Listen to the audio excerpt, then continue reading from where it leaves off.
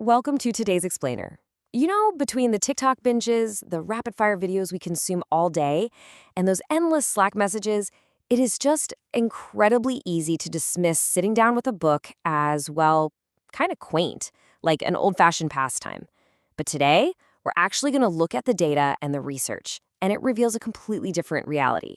We're going to see how reading absolutely isn't just a hobby, it's a critical, foundational cognitive tool. Right off the bat, take a look at this number, 68%. Before we even get into the neuroscience or the big literacy debates, I really wanted to hook you with this striking piece of data. Researchers over at Sussex University found that the simple, everyday habit of reading can reduce your daily stress levels by as much as 68%. Think about that for a second.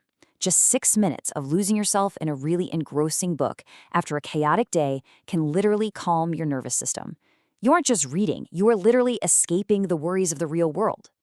So here is our roadmap for today. We'll start off by unpacking the superpower of reading, then look at reading for brain health, the rise of visuals, text versus visual aids, mastering modern literacy, and finally, how we're raising the next generation. Okay, let's dive right into section 1, the superpower of reading. Reading is essentially a superpower for learning. And why is that? Well, because unlike watching a video where information kind of just washes over you, reading is an active mental workout. You aren't just passively consuming it. Your brain is being forced to actively process, analyze, and synthesize some seriously complex information. And exposing yourself to credible, diverse perspectives in this way massively boosts your analytical abilities. It teaches you how to evaluate arguments, recognize biases, and seamlessly connect new ideas to stuff you already know. And honestly, this is where the enduring power of text truly shines. Written text uniquely transmits complex, abstract ideas in a way that actually builds our patience. I mean, think about it. Reading a 300-page book forces you to slow down. You have to interpret nuanced meanings line by line. It stimulates your imagination because the text is prompting you to actively visualize the concepts yourself. Plus, it fosters a really deep curiosity about other cultures and rapidly builds your speech confidence just by expanding your vocabulary. Which brings us to section 2, reading for brain health. Let's look at the actual physiological and psychological benefits here. What's truly fascinating is this research from psychology professor Emmanuel Castano. He frames reading as a direct tool for human connection. He points out that reading literary fiction actually improves your understanding of human behavior. Why? Because you spend so much time living vicariously through different characters, you are quite literally training your empathy. You actually become better equipped to make insightful decisions that improve your real-world social interactions. How cool is that? And this brilliantly illustrates the hard science behind the habit. 2.5 times. Studies show that individuals who engage their brains in stimulating activities, like reading, are 2.5 times less likely to develop Alzheimer's disease compared to folks who spend their downtime on less stimulating things. So reading is actively protecting your brain health over the long term. But even beyond disease prevention, this continuous cognitive engagement just makes us smarter every single day. Researchers estimate that we learn anywhere from 5 to 15% of all the vocabulary we know simply through reading. And as those new words make their way into your daily life, your communication improves. That is a massive advantage, whether you're negotiating a big deal or, just trying to sound a bit sharper in your next morning meeting. Now, we do have to acknowledge the reality of the digital world we live in. So let's pivot to section 3, the rise of visuals. We live in this incredibly fast-paced, visually driven era. Visual aids have undeniably gained tremendous prominence, and honestly, for very good reason. Visuals command our attention because our brains process images significantly faster than text. That rapid speed naturally leads to incredibly high engagement and memorability. I mean, think about how captivating a really well-made documentary is compared to a super dense textbook, right?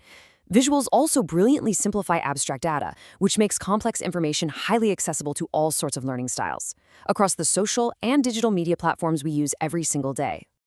And this sets us up perfectly for section 4, text versus visual aids. Let's do a direct comparison. When we look at them side by side, we see they serve very different cognitive functions. Reading text requires a much slower, deliberate, and active interpretation. It's where you go for intricate detail and rigorous critical thinking. Visual aids, on the other hand, they provide incredibly fast, almost immediate comprehension. They offer broad accessibility and seamlessly train our pattern recognition and our spatial reasoning. Let's break this down even further. Look at how these stack up. For information depth, reading is exceptionally high.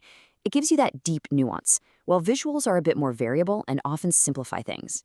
For processing speed, well, reading is naturally slower, while visuals are lightning fast. Now, engagement in reading requires real, deliberate effort, whereas visuals are immediately captivating. And finally, while both offer really good memorability, visuals are just excellent for cementing those key high-level takeaways. So, how do we actually navigate this? That brings us to Section 5, Mastering Modern Literacy. The absolutely crucial point to take away here is this. It's not either or, but both and. In today's society, we really shouldn't be declaring one medium universally better than the other. They are powerful complements to each other. For deep understanding, you absolutely need reading. But for quick comprehension of massive, complex data, visuals are unparalleled. The most effective communication today seamlessly blends both. Think of a scientific paper enhanced with super clear diagrams, or a video lecture that comes with a detailed written transcript. Mastering this exact balance is the key. The true hallmark of modern literacy is your ability to seamlessly switch between and integrate both textual and visual information. Developing that proficiency, knowing how to navigate between these two modes, is what allows for both deep critical analysis and broad, rapid understanding in our digital landscape. Which leads us right into our final and maybe most actionable section, raising the next generation. The source material highlights a pretty significant modern problem. Educational advisor Pi Corbett noted that too many children are just left to watch TV instead of being read a bedtime story, and he specifically pointed out that this is often happening with busy middle-class parents. So this isn't just a question of whether books are sitting on a shelf in the house. It's an attention and time problem for modern, stretched-thin parents. The core issue here is that kids are missing out on vital creative development because passive screen time is replacing the active engagement of reading. But hey, the good news, fixing this is entirely within our control, and it really doesn't have to be overwhelming. Here are 4 super simple, actionable steps to seamlessly build a lifelong habit for kids. Number 1, model reading yourself. Kids learn by seeing us do it. Number 2, create a daily reading routine, like quiet time or a standard bedtime story.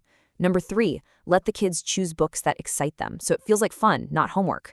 And number 4, keep a wide variety of reading materials around the house. Magazines, comics, books. Just keep them consistently engaged with text. And why do those 4 steps matter so much? Because the developmental wins are absolutely massive. Children who read naturally develop the ability to grasp abstract concepts, apply logic, and recognize cause and effect. It dynamically improves their concentration and discipline. This isn't just about helping them get good grades in school. It's about inspiring them and equipping them to utilize better judgment and make smarter choices in everyday life situations.